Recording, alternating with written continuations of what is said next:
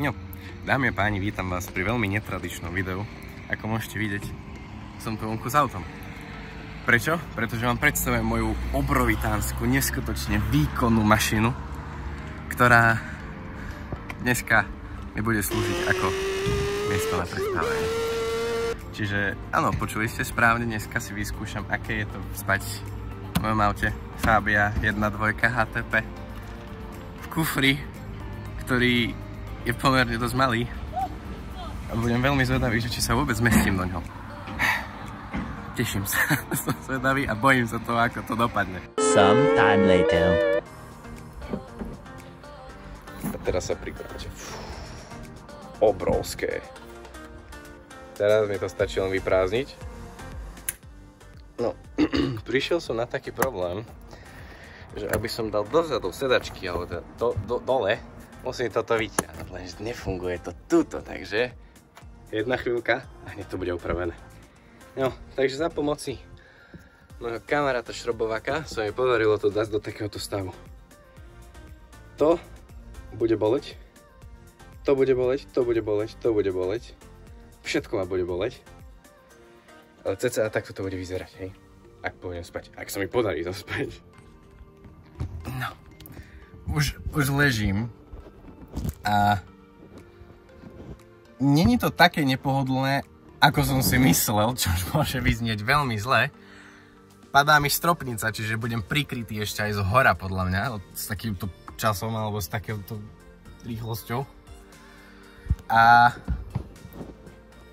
jo, myslím si, že akože určite si sem dám niečo mäkké, hej, aby ma nebolelo ležať na tom. Nie je to až tak extrémne zlé. Skúsime na druhú stranu sa otočiť. No, neviem, ktorá strana je horšia. Prípadne lepšia. Ale teda, jo, tak toto vyzerá. Pekne, krásne, Škodovka moja zlatá. Fabia. Môžete vidieť moje vybavenie. Krásny stojan, držiak na telefón. Riadio Pioneer, tam profesionálne pretekárske pedále. Takto, profesionálne pretekárske pedále. Všetko úžasné profi. Žuvačky, kebyže v noci potrebujem žuť. A to je asi tak celé. Teraz asi si sem nahodím nejaké vankúšiky a tak. A už len počkať na noc a nejako ju prežiť. No, už teraz zo mňa leje jak z konia, jak to môžete vidieť. Už len teraz si sem nahádzať nejaké vankúše. Počkať na večer. Pokúsim sa nejako stiahnuť okná. Dúfam, že ma komáre nebudú žrať.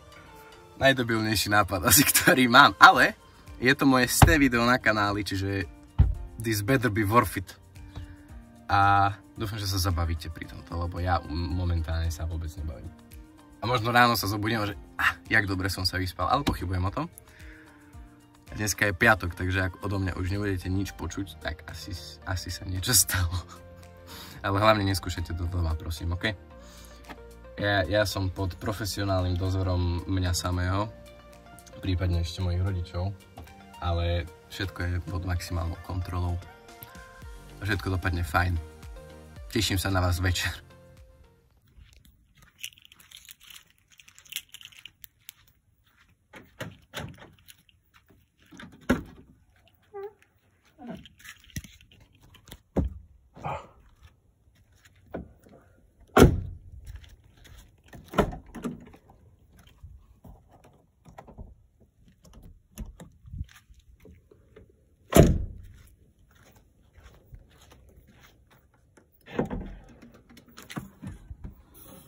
Už je to fajn, až dočiahnem. Tak, je to tu oficiálne. Moja prvá noc v mojom aute môže začať.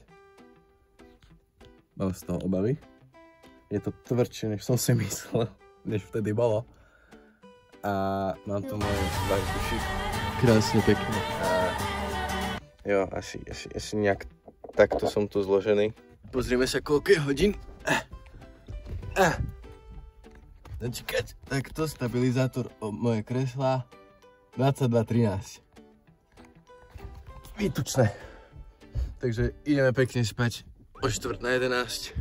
Papuče som si nehal vonku. Fasa. Dúfam, že to nikto nezobere.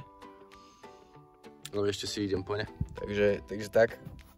A jo. Som zvedavý, ako táto noc pôjde, ale je to pre vás, ľudia, hej? Čisto len pre vás, pre nikoho iného to nerobím. Je to hrozný nápad, neskúšajte to, už teraz mi je teplo. Ideme si dať dole okna, hej? Imagine mať tie fancy proste zadné okna na gombík. My ideme takto pekne. Tank napravo boku, točme. Tak. Okno je dole. Výtučné. Už len na druhej strane to isté spraviť. Au. Komfort, ne?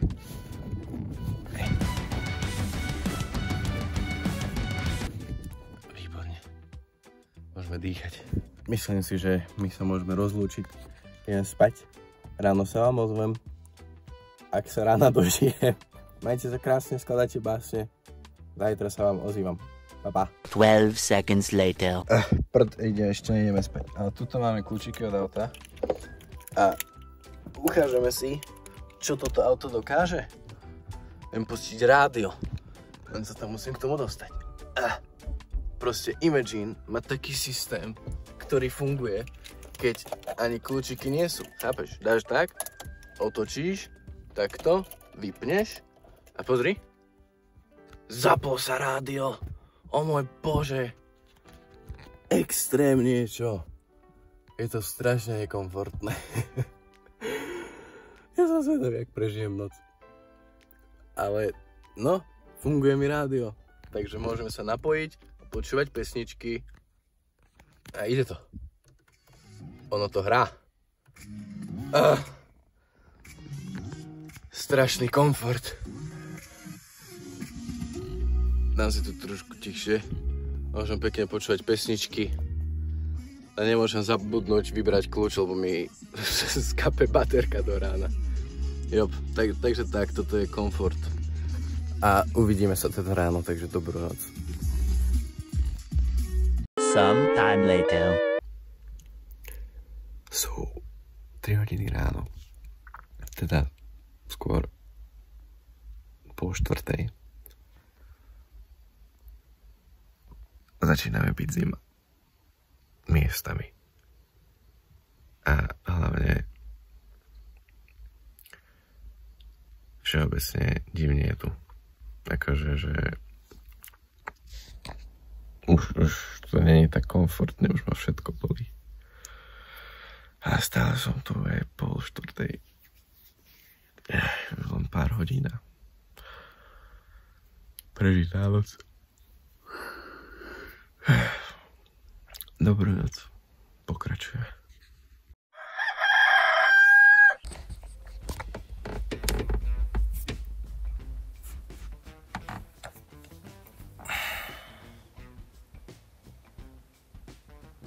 Dobré ráno. Toto je asi najčerstvejší pív povoda, čo máte na mňa. Je 6:22. Už asi ani nechcem spať ďalej. Nakoľko už mám dosť. Aj už proste sa chcem zobudiť a vystrieť, alebo ja neviem. Nemôžem povedať, že to bolo katastrofálne. Ale nemôžem povedať ani to, že to bolo nejaké veľmi dobré. A ja som rád, že mám Bože. Dobre. Dámy a páni, tak teda toto bude zhrnutie tohto videa. Vyspal som sa strašne zle, už prebehlo pár dní odvtedy. 2 dní som sa nevedel poriadne pohnúť, lebo ma tak bolel chrbát. A musel by som byť veľmi sťatý na to, aby som si znova zopakoval tento zážitok. Síce väčšia pravdepodobnosť by bola, že by som spal pod autom, ako v kufri auta, ale povedzme si na rovinu, keby je veľmi nutné, dá sa. Takže dámy a páni, toto je moje 100. video, dúfam, že sa vám toto video páčilo, ak áno, zanechajte like, po prípade odber, my sa uvidíme pri ďalšom videu, teším sa na vás, majte sa krásne, skladajte básne, čaute.